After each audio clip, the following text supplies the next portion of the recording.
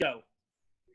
Hi guys, today we're joining you, Mr. Kiefer, Miss Jennings, and myself. We're going to do a read aloud for you. If you were able to join us for our session 1 and 2 today, you've already heard it, but we'd love for you to listen to it again. All right, the book we are going to be reading today is called What Do You Do with a Problem? The first thing that you want to do when you're seeing a book to preview it is to look at your cover and see kind of what is it that you think your book is going to be about. I see here some lightning on both sides. I see little marks that looks like it's rain. This is not a very colorful book title, so it tells me this might be a somber book. What does the word somber mean? Kind of very serious. Like it's not going to be necessarily like a very fun book. It might have some different types of topics that are less fun. I see this friend here, our main character. It looks like his umbrella has enfolded itself the other way. Looks like he's climbing up some stairs. The wind might be blowing him. So he definitely might be having a problem with the storm. Here we go. That was the book jacket here. Authors put those book jackets on here so they can include different things. And then here's what our actual cover looks like. Here's our dedication page. When I look at these illustrations, so beautiful, definitely hand drawn. There's a big compass here, some birds, clouds. What do you do with a problem? Written by Kobe Yamada, illustrated by May Bosom.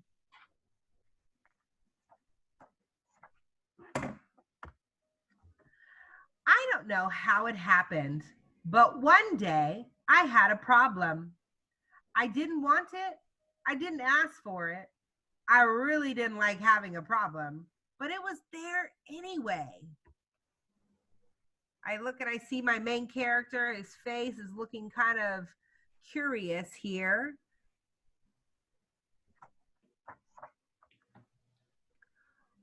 Why is it here? What does it want? What do you do with the problem, I thought. I wanted to make it go away. I shoot it.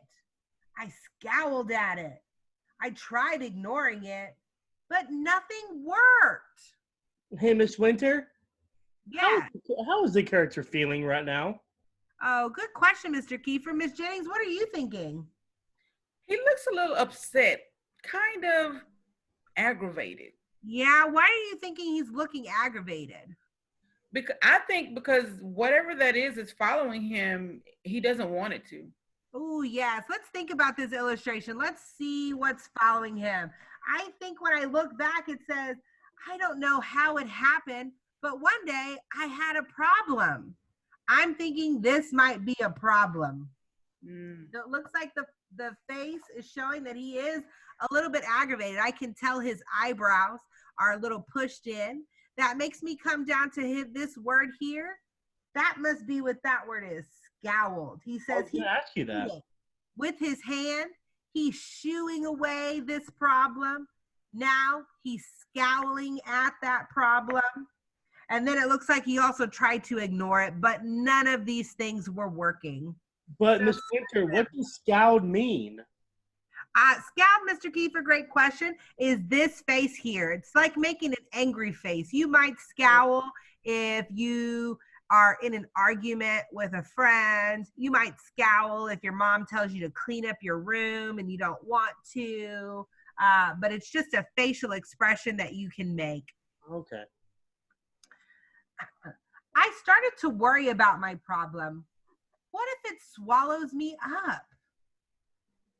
Whoa.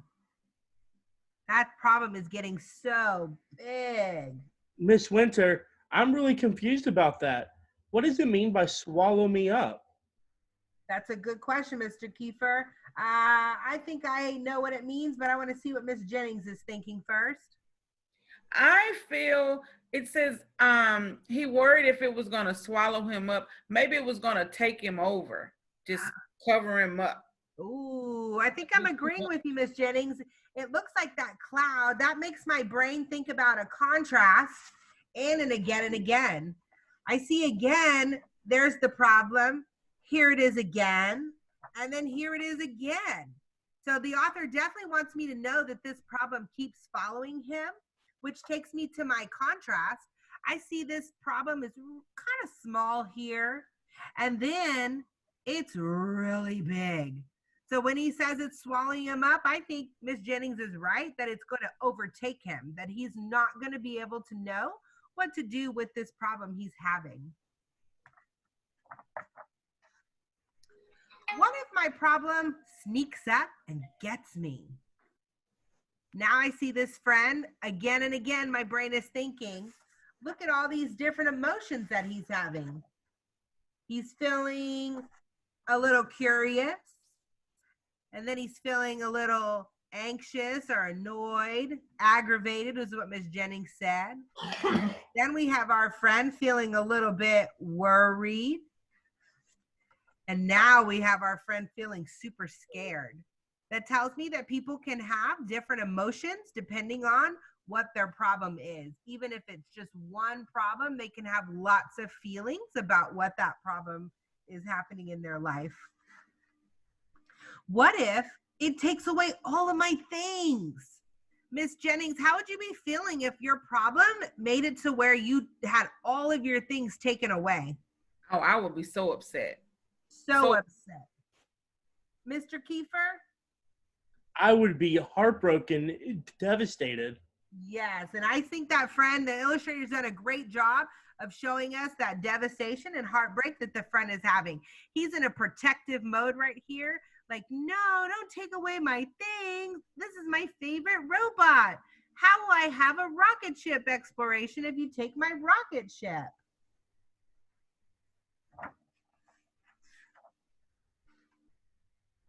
I worried a lot. I worried about what would happen.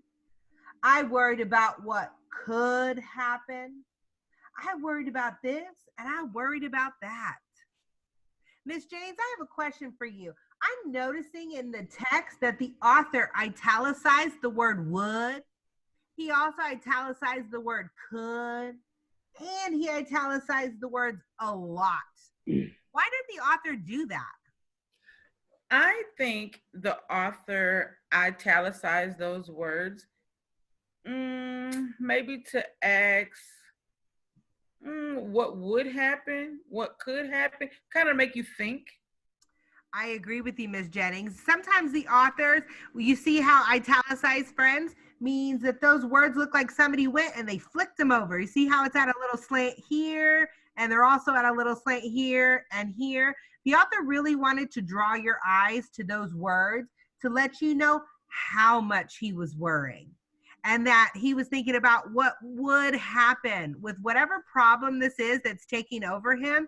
He's worried about what would happen and also the things that could happen.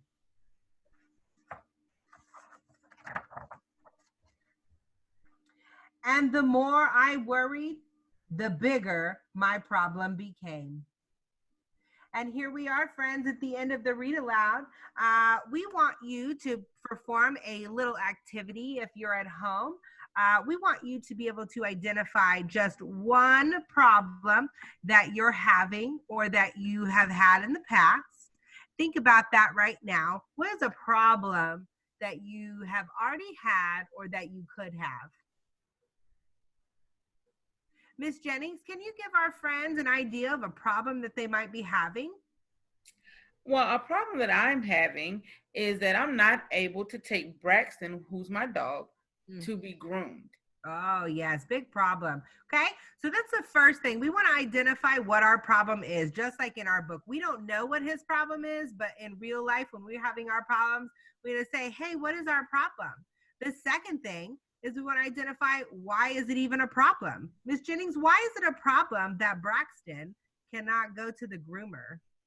It's a problem because I can't groom him, and that means that I have to give him a bath myself. Oh, yes, that could get very messy. Mr. Kiefer's like, I agree. Frodo would be a lot of work to bathe. Awesome. So our first thing, scholars, we want you to do is we want you to identify one problem in your life. The second thing we want you to do is to tell us, why is that a problem? That's about 2 sentences minimum, max maybe 4 sentences. And then after you've identified, hey, this is the problem I'm having. Once you know why it's a problem, that tells us that it's real to you. And the third thing that you want to do is figure out how you're going to solve it. So we want you to write 2 ways, not one, but 2 ways that you can solve your problem. Miss Jennings, what are 2 things that you can do to solve your problem? Well, one way I could give him a bath myself, even though I don't want to. And I could also try to learn how to cut his hair myself. Oh, yes, that would be so fun. I'm thinking Miss Jennings could probably get on YouTube and watch some other friends. I bet you there's a lot of friends out there right now that are having to take care of their own puppy needs. And so I'm sure they've got a video out there for you.